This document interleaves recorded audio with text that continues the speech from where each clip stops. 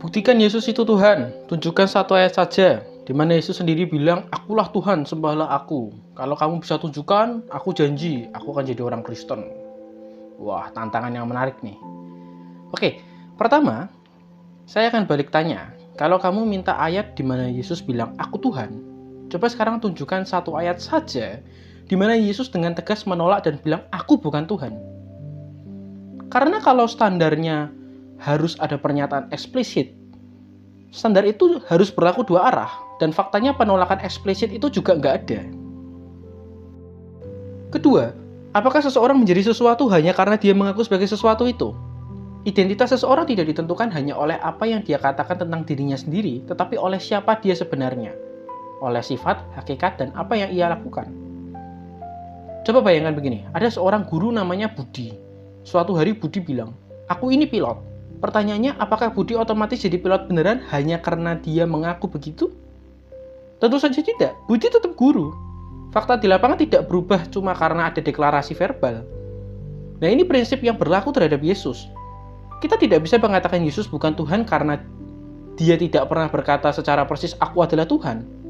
Kita perlu melihat sisi-sisi lain, siapa dia dari perkataan, tindakan, dan karya-karyanya. Ketiga, Yesus diakui oleh kesaksian orang-orang yang hidup bersamanya dan mengenalnya secara langsung. Ini sudah cukup membuktikan siapa Yesus sebenarnya. Saya kasih analogi. Misalnya Aldo datang ke rumah sakit dan bertanya kepada seorang perawat, siapa yang akan menangani operasi saya? Perawat menjawab, Dokter Budi. Apakah Aldo harus menunggu Dokter Budi berkata, saya yang akan mengoperasi kamu? Lagi misalnya, ada seorang yang belum pernah melihat Presiden Indonesia. Dia bertanya, siapa Presiden Indonesia sekarang? Lalu jutaan warga Indonesia menjawab nama presiden tersebut.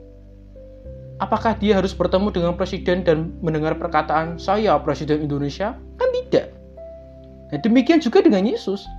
Murid-muridnya hidup bersamanya, mendengar pengajarannya, melihat mujizatnya, menyaksikan kematian dan kebangkitannya. Karena itu kesaksian mereka penting untuk mengetahui siapa Yesus sebenarnya. Suatu kali Yesus bertanya kepada Petrus, siapakah aku ini? Lalu Petrus menjawab, engkau adalah Mesias, anak Allah yang hidup. Lihat ayat 20. Lalu Yesus melarang muridnya memberitahukan kepada siapapun bahwa ia Mesias. Loh, kalau Yesus bukan Mesias, harusnya ia berkata, sembarangan aja kamu. Lah, ini Yesus tidak menolak perkataan Petrus. Lagi, suatu ketika saat Thomas melihat Yesus yang telah bangkit, Thomas berkata, ya Tuhanku dan Allahku. Dan Yesus tidak mengatakan jangan panggil aku Allah. Malahan Yesus menerima pengakuan Thomas dan berbicara. Kata Yesus kepadanya, karena engkau telah melihat aku, maka engkau percaya. Berbahagialah mereka yang tidak melihat namun percaya. Bahkan bukan cuma murid-murid yang memberikan kesaksian seperti itu. Ketika imam besar bertanya kepada Yesus, apakah engkau Mesias, anak dari yang terpuji? Yesus menjawab, akulah dia.